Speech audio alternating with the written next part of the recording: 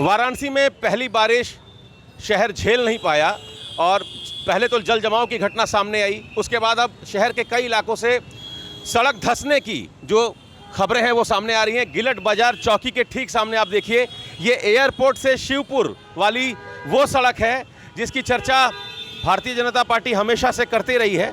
VVIP सड़क है और आप देखिए कि एक कितना लंबा चौड़ा ये जो गड्ढा है, सड़क धंसने से ये गड्ढा बन गया है। आज सुबह 6 बजे ये घटना घटी है।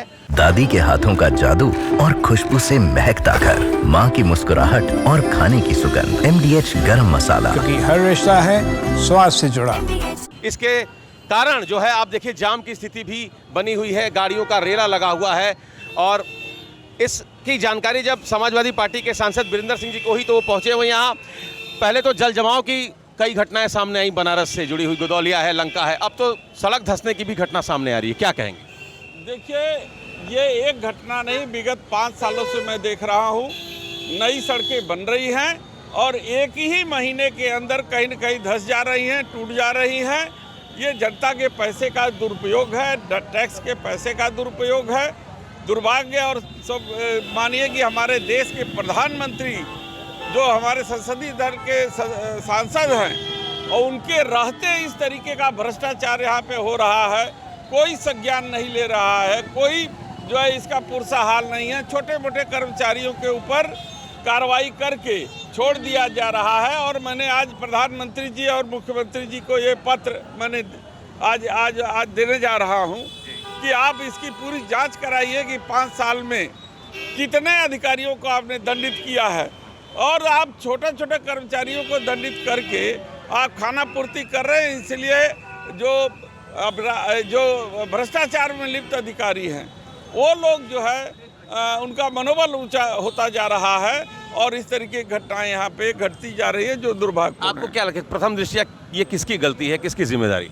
ये टेक्निकल जानकारी न होने के कारण, ठीक ढंग से बनारस के बारे में अधिकारियों को जानकारी न होने के कारण कि कहाँ से सीवर निकली है, कहाँ जो है घोड़ा नाला है, कहाँ हाथी नाला है, कहाँ पे जो पुराना सीवर है, कहाँ पे जो है बनारस जिस तरीके से नेचुरलिटी के तहत जो ये बसा है, जब तक उसका मैप नहीं होगा, जब तक उसकी जानकारी नहीं होगी, तब तक ये बिना किसी जानकारी के जो सीवर लाइन और जल निकासी के काम किए गए हैं वो उसका परिणाम है कि जगह जगह सड़कें बन जाती हैं और जल जमाव या पानी के कारण वो सड़कें धंस जाती हैं और पुनः उस पर जो है काम होता है और अधिकारी अपना पल्ला झाड़ लेते हैं।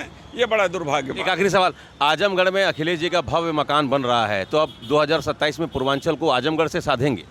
देखिए, ये बड़े हम लोगों के सौभाग्य की बात है कि माननीय राष्ट्रीय अध्यक्ष जी अपना एक आवास पूर्वांचल में बनाए हैं, वहाँ कार्यालय भी बना रहे हैं और आने वाले भविष्य में पूर्वांचल में और मजबूती से समाजवादी पार्टी को स्थापित करेंगे और एक एक सीट जीत करके हम लोग उत्तर प्रदेश को मजबूती प्रदान करेंगे। बनारस मॉडल का जवाब 2027 में आजमगढ़ मॉडल होगा। हमेशा से समाजवादी पार्टी पूर्वांचल को प्राथमिकता दी है और उसी प्राथमिकता के तहत अपना कार्यालय स्थापित करके माननीय राष्ट्रीय अध्यक्ष ने इसका सबूत भी पेश कर दिया है। तो बनारस में सड़कें धंसने की कई घटनाएं सामने आई हैं।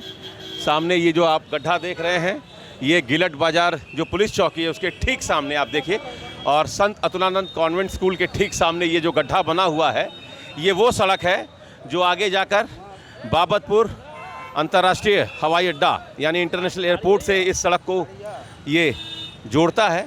और यहाँ जब ये स्थिति है तो आप समझ लीजिए कि बाकी जगहों पर क्या स्थिति होगी। कई घटनाएं सामने आई हैं, पिछले 24 घंटे में 3-4 जगहों से सड़कें धंसने की घटनाएं सामने आई हैं। जल जमाव के साथ साथ अब सड़कें भी धंस रही हैं। तो सवाल बनारस के अलग अलग जो एजेंसियां हैं, चाहे वो जलकल है, चाहे वो नगर निगम है, चाहे वो PWD है, इन तमाम एजेंसियों पर अब सवाल उठ रहा है कि क्या वाकई इनमें कोऑर्डिनेशन का अभाव है जिसकी वजह से ये घटनाएं सामने आ रही हैं। Amit Singh, TV9 UP, Varanasi. अब छोलिया हो या लोबिया, सफेद चने या काले चने, सब कुछ मजेदार बने। MDH